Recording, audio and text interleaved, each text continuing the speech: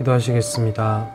사랑과 자비가 풍성하신 주님, 오늘도 우리를 사랑하여 주시고 오늘 하루의 시작을 주께 드리게 하시니 감사합니다. 주의 말씀은 내 발의 등이요 내 길의 빛입니다.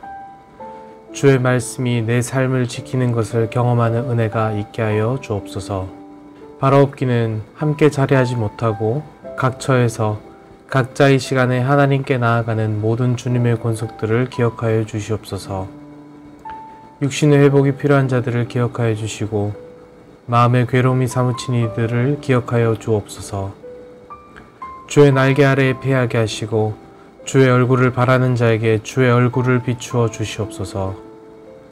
신실하신 주의 은혜를 믿사옵고 이 모든 말씀 우리 주 예수 그리스도의 이름으로 기도드립니다.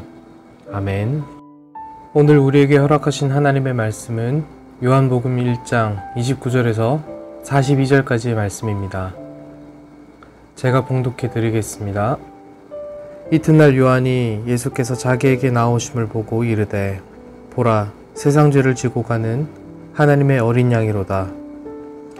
내가 전에 말하기를 내 뒤에 오는 사람이 있는데 나보다 앞선 것은 그가 나보다 먼저 계심이라는 것이 이 사람을 가리킴이라. 나도 그를 알지 못하였으나 내가 와서 물로 세례를 베푸는 것은 그를 이스라엘에 나타내려 함이라 하니라.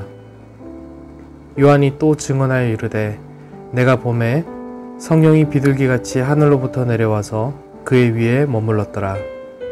나도 그를 알지 못하였으나 나를 보내어 물로 세례를 베풀라 하신 그 이가 내게 말씀하시되 성령이 내려서 누구 위에든지 머무는 것을 보거든 그가 곧 성령으로 세례를 베푼 이인 줄 알라 하셨기에 내가 보고 그가 하나님의 아들이심을 증언하였노라 하니라. 또 이튿날 요한이 자기 제자 중 두 사람과 함께 섰다가 예수께서 거니심을 보고 말하되 보라, 하나님의 어린 양이로다. 두 제자가 그의 말을 듣고 예수를 따르거늘 예수께서 돌이켜 그 따르는 것을 보시고 물어 이르시되 무엇을 구하느냐? 이르되 랍비여 어디 계시오니까 하니 랍비는 번역하면 선생이라. 예수께서 이르시되 와서 보라. 그러므로 그들이 가서 계신 데를 보고 그날 함께 거하니 때가 10시쯤 되었더라. 요한의 말을 듣고 예수를 따르는 두 사람 중에 하나는 시몬 베드로의 형제 안드레라. 그가 먼저 자기의 형제 시몬을 찾아 말하되 우리가 메시아를 만났다 하고 메시아는 번역하면 그리스도라. 데리고 예수께로 오니 예수께서 보시고 이르시되 네가 요한의 아들 시몬이니 장차 게바라 하리라 하시니라. 게바는 번역하면 베드로라. 아멘. 요한복음 전체를 관통하는 중요한 주제는 믿음입니다. 이것은 요한복음에 믿음이라는 단어가 무려 98번이나 등장한 데서도 알 수 있고 다른 복음서들과 비교해봐도 이 부분이 두드러집니다. 그래서 요한복음을 볼 때면 요한이 요한복음에 등장하는 사람들을 두 가지로 나누는 것을 발견할 수 있습니다. 바로 예수를 구원자로 믿느냐 아니면 믿지 않느냐입니다.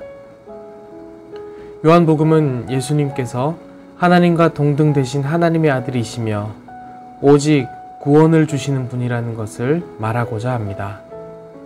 요한복음에 의하면 믿음의 사람이란 예수님을 하나님의 아들, 메시아라고 고백하는 사람입니다.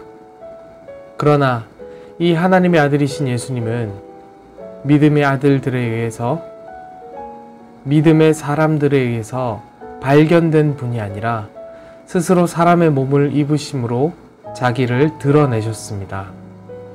오늘 본문에서는 유독 보다, 말하다, 듣다 라는 동사가 많이 쓰입니다. 사람들의 지각으로는 결코 알 수도 없는 분께서 인간의 지각 안으로 들어오셔서 자신을 알리고 계신 것입니다. 오늘 본문은 이렇게 자기를 드러내신 예수님을 보게 된 요한으로부터 시작됩니다. 본문은 세례 요한이 자기에게 오고 계시는 예수님을 향해 바로 자신이 예고하던 이 메시아이심을 공개적으로 증언하는 내용과 이 요한의 증언으로 말미암아 세례 요한의 제자들이었던 두 사람이 예수님을 만나 따르게 된 것, 그리고 예수님을 만난 안드레가 형제인 베드로를 찾아 예수님께로 데려오게 된 내용이 담겨 있습니다. 오늘 본문에 많은 교훈이 있지만 특별히 두 가지의 교훈을 살펴보고자 합니다. 29절을 보시겠습니다. 요한이 예수께서 자기에게 나아오심을 보고, 세례 요한은 자기에게 다가오셔서 자신을 직접 보이신 예수님을 만남으로써 예수님을 이 세상에 증언하기 위해 하나님께 보내심을 받은 자신의 소명을 이룰 수 있었습니다. 여기서 우리가 얻는 교훈은 무엇입니까? 바로 우리 인생의 참된 의미와 소명이 어디에서 오냐는 것입니다. 바로 우리 인생에 찾아와 주시는 예수님입니다. 예수님께서 요한에게 찾아오심은 요한을 통하여 스스로를 나타내기를 원하셨기 때문입니다. 사랑하는 성도 여러분, 예수님은 우리를 세상의 빛으로 부르셨습니다. 우리로 하여금, 우리를 통하여 세상에 하나님의 영광을 비추길 원하셨기 때문입니다. 사랑하는 여러분, 우리에게 찾아오셔서 우리를 사용해 하나님의 영광을 드러내길 원하시는 주님께 순종하십시오. 오늘 우리는 세례 요한의 순종을 보게 됩니다. 오늘 그를 부르신 하나님의 뜻대로 그가 예수님을 증언하는 것을 살펴보십시오. 그가 알지 못했지만, 그가 볼 수 없었지만, 그가 자기에게 찾아오신 예수님을 보고 그 예수님을 말하며 자신의 제자들로 하여금 예수님께 대해서 듣게 만들어 예수님을 따르게 만들었던 것을 보십시오. 사랑하는 여러분, 주님의 부르심에 대한 나 하나의 순종이 결코 작다고 여기지 마십시오. 나 하나가 비추는 빛이 작다고 여기지 마십시오. 그 빛을 보고 주님께로 돌아오는 이들이 있습니다. 일어나 빛을 발하십시오.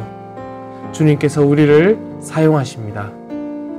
사랑하는 성도 여러분, 오늘 이 새벽이 우리 각자에게 예수님께서 어떻게 자신을 드러내셨는지를 돌아보면서 나의 나됨이 무엇인지 돌아보시는 은혜가 있기를 간절히 소망합니다. 두 번째 교훈입니다. 예수님이 바로 누구신가 하는 것입니다. 요한은 예수님을 일컬어 세상 죄를 지고 가는 하나님의 어린 양으로 증언합니다. 여기서 세상 죄라는 것은 모든 개인의 죄를 의미합니다. 도대체 왜? 그리고 예수님은 어떻게 모든 죄를 지고 가실 수 있었습니까? 바로 예수님께서 하나님의 아들이시기 때문입니다. 하나님의 아들만이 완전한 희생제물이시며 영원히 죄를 멸하실 수 있기 때문입니다. 사랑하는 여러분, 예수님께서 짊어지신 내 죄, 그것에 다시 결박되지 마시길 바랍니다.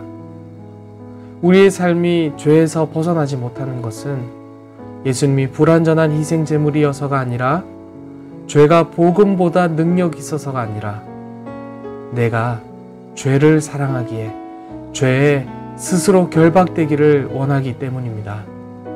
그러나 하나님께서 아들을 통해 선포하신 메시지가 무엇입니까? 너는 내 것이다 라는 사실입니다. 우리는 예수님으로 말미암아 이제는 하나님의 것이 되었습니다. 하나님의 자녀가 되었습니다. 사랑하는 여러분, 오늘 이 새벽에도, 아니 내일도 미래도 영원히 하나님께서는 우리에게 이렇게 말씀하십니다. 너는 내 것이다. 이 사랑 안에 거하시는 저와 여러분 되시길 소망합니다. 그래야만 우리는 이 세상을 밝힐 수 있기 때문입니다. 말씀을 맺겠습니다. 지금 이 순간도 우리 예수님은 우리에게 다가오십니다. 그리고는 너는 내 것이다 라고 선포하십니다. 우리는 주님의 것입니다. 우리는 오늘도 주의 소명 안에 살아가야 할 것입니다. 우리의 소명은 무엇입니까? 증언하는 것입니다. 보라, 세상 죄를 지고 가는 하나님의 어린 양이로다. 아멘. 이 예수님을 증언하는 삶을 살아가는, 결단하는 저와 여러분 되시길 간절히 소원합니다. 기도하시겠습니다. 사랑과 자비가 풍성하신 주님, 우리의 죄를 사해 주셔서 우리를 하나님의 자녀로 삼아 주시니 감사합니다. 우리는 주님의 것입니다. 그러니 어둠이 아니라 빛으로 살겠습니다. 작은 빛이 남아 주의 영광을 드러내며 살게 하여 주옵소서. 어둠이 드리운 이 세상에 빛이 없어 수많은 사람들이 아직도 죄의 종노릇을 하고 있습니다. 일어나 빛을 발하라는 말씀으로 올 한 해를 시작하게 하시니 감사합니다. 허울뿐인 말이 되지 않게 하시고 부디 주의 영광을 비추며 살게 하옵소서. 오늘 하루의 시종을 주께 의탁하옵고 이 모든 말씀 우리 주 예수 그리스도의 이름으로 기도드립니다. 아멘.